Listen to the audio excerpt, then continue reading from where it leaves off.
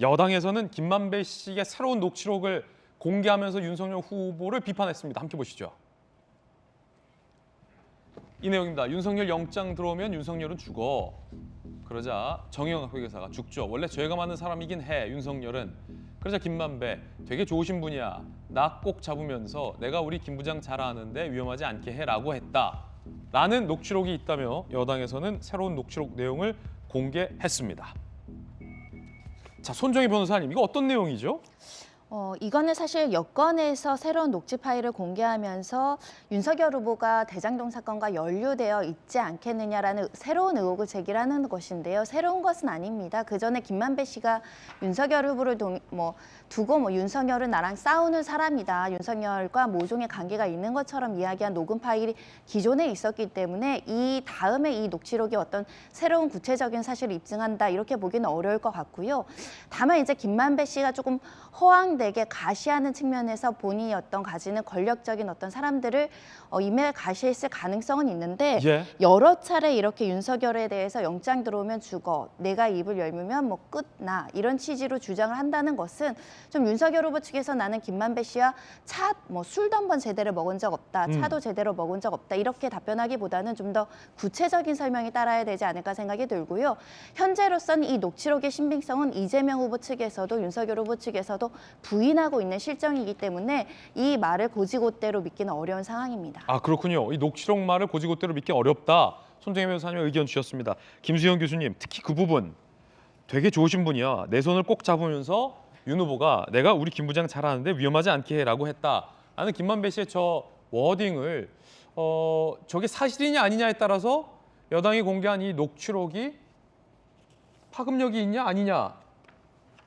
그렇죠. 이제 윤석열 후보는 지금까지 줄곧 이제 주장해온 바가 김만배라는 사람을 잘 모른다. 물론 알긴 알지만 개인적인 친분이 없다라고 주장을 했기 때문에 김만배 씨가 저렇게 녹취록에서 내가 잘 아는 사람이고 되게 좋은 사람이고 내 손을 꼭 잡으면서 잘 돼야 된다 이런 식의 얘기를 했다라는 게 만약에 사실로 밝혀진다면은 윤석열 후보 측의 입장에서는 굉장히 타격이 될 수가 있겠죠. 다만 이 녹취록의 신빙성이 얼마나 되느냐를 우리가 이제 생각해 봐야 될 텐데 어쨌든 지금 엄청난 그 범죄 혐의를 받고 있는 피의자잖아요, 김만배 씨가. 그렇기 때문에 이 발언이 얼마나 믿을만한 것인지, 그냥 그 김만배 씨의 지금 주장은 그 돈을 나누는 과정에서 나의 어떤 좀 이런 세력을 과시하기 위해서 이런 말들을 한 거다라고 얘기를 하고 있는 상황이거든요. 그리고 이제 만약에 검찰이 열심히 수사를 해서 정확하게 잘 들여다봤는데 정말 이게 윤석열 후보와의 어떤 커넥션이 있다라는 것들이 포착됐다면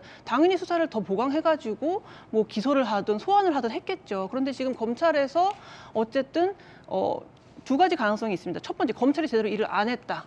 그래서 이걸 밝혀내지 않고 있다. 두 번째, 열심히 일을 해서 파봤는데 그냥 한 얘기고 전혀 실체가 없더라. 이 두 가지 가능성을 이야기할 수 있을 것 같아요. 만약에 첫 번째라면 검찰이 제대로 일을 안 했다라면 당연히 그럼 왜 이재명 후보가 경기도지사 시절에 성남시장 일대 경기도지사 일대 예전에 있었던 이러한 대장동 의혹에 대해서 제대로 수사 안 했냐라는 비판에서 자유로울 수 없는 거죠, 검찰 같은 경우에. 그리고 두 번째 경우에 만약에 잘 들여다봤는데 특별한 어떤 문제가 없었다라고 한다면은 결국 그냥 김만배 씨의 거짓말이었던 셈이 되는 것이기 때문에 그런 상황에 있습니다, 지금.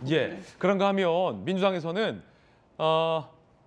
그분 한때 논란이 됐었던 절반은 그분 것이야 라는 녹취록에 나왔던 그분이 한 대법관으로 밝혀졌다며 결국 이재명 후보는 그분이 아니었다라고 윤석열 후보와 국민의힘 측을 비판했습니다. 우상호 의원 이야기 들어보겠습니다.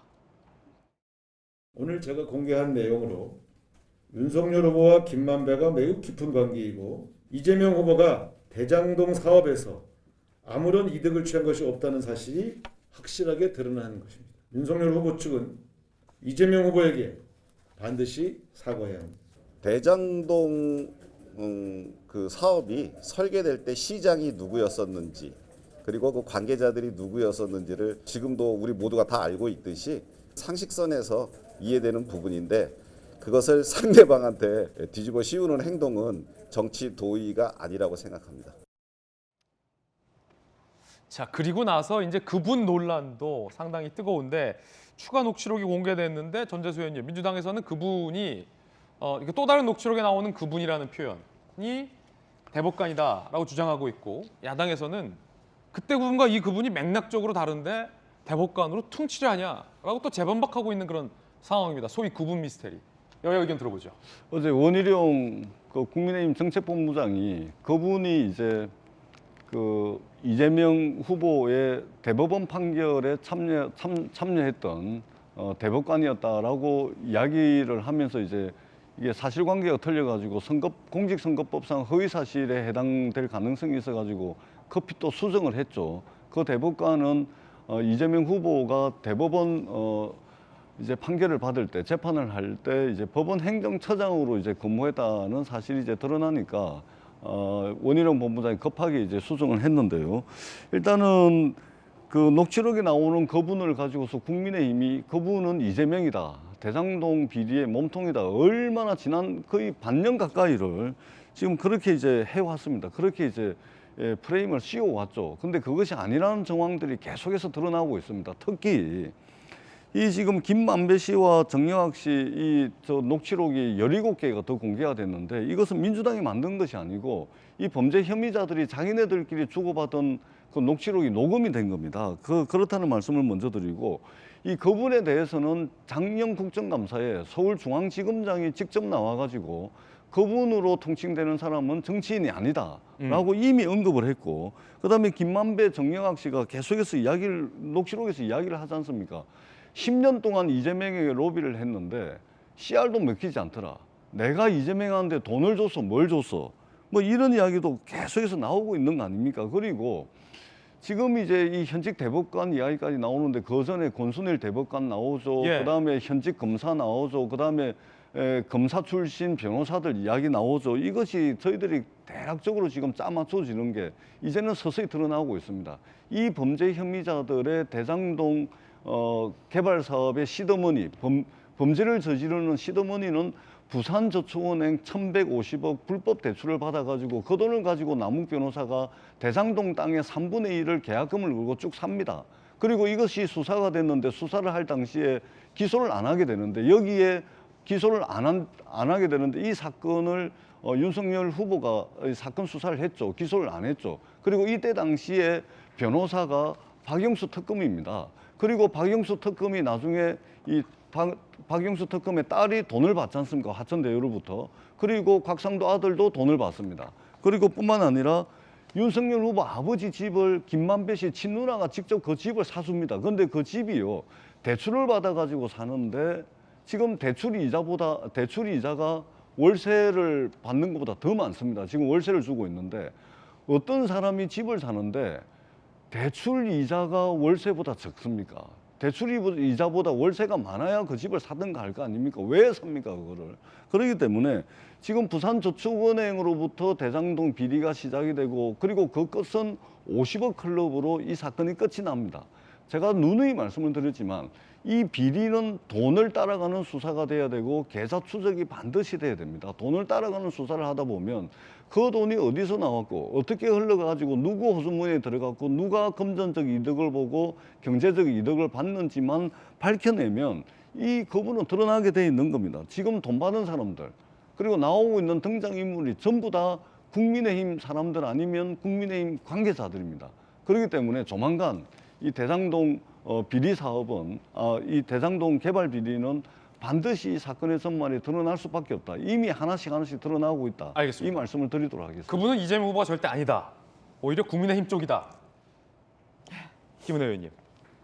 그러니까 이재명 후보나 이재명 후보의 민주당이 이 대장동 게이트의 그분이 이게 이재명 후보가 아니라 윤석열 후보였으면 바라는 그 절박감, 그 심정 충분히 이해합니다. 그렇지만 그거를 몸부림치면 칠수록 강화되는 건 적반하장 이미지이고요. 뻔뻔한 지도자다라고 하는 그런 인식일 거라고 저는 생각합니다. 윤석열 후보가 대장동 게이트 몸통이라고 하면 이렇게 어렵게 민주당이 갈 필요가 없죠. 차라리 검찰 수사에서 김만배, 정영학 다 이야기하면 금방 풀릴 거 아니었을까요? 근데 왜 얘기를 못했을까요? 대장동 게이트 본인들 죄가 아니라고 부인은 했겠지만 차마 없는 사실까지 말할 용기가 김만배, 정영학에게는 없었던 겁니다. 그러니 손바닥으로 하늘을 가릴 수 없죠. 오히려 그 녹취록 한 400시간 정도 분량이 되는데요. 그 안에서 김만배 씨가 온갖 이야기를 다 하는 것으로 제가 알고 있습니다. 그런데 더 중요한 건 자신의 입지를 강화하기 위해서 허장성세를 했던 그런 녹취록이 아니라 검찰 진술이 어떻게 나왔는지 봐야죠. 그 검찰 진술에서 결국 이재명 당시 시장이 가장 중요하게 생각했던 성남 1공단 판결 나오는데 김만배가 도와줬다라고 하는 그런 직접 들은 사람들의 진술, 그리고 이재명 시장의 재선 자금을 위해서 대장동에 그 돈이 3억 이상 쓰여졌다라고 하는 유동규의 증언을 토대로 했던 진술, 이 부분에 대한 수사를 했어야죠. 하나도 안 했습니다. 그리고 다 묻혔죠. 오히려 검찰은 그분을 밝히기 위해서 노력한 게 아니라 그분을 덮기 위해서 노력한 게 아닌지 저는 반드시 재조사가 돼야 된다고 생각하고요. 당연히 모든 국민에게 상식으로 알려져 있는 대장동 몸통, 인허가 누가 했습니까? 설계 누가 했습니까? 이재명 후보가 설계했다고 하셨잖아요. 더 언급할 필요 없이 무리하게 안 가셨으면 좋겠습니다. 예, 여야의 의견 들어봤습니다.